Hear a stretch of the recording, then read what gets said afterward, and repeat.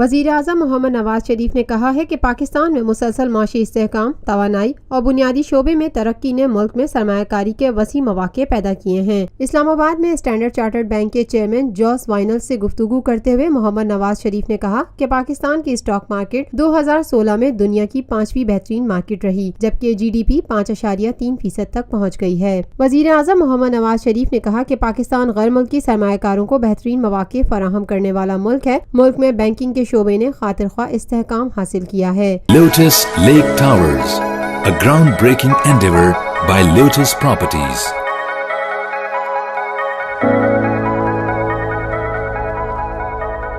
ملکی، بین الاقوامی، سماجی، سیاسی، تجارتی، ثقافتی، تفریحی، معلوماتی اور کھیلوں سے جڑی ہر چھوٹی بڑی خبر کا مرکز TNN TV۔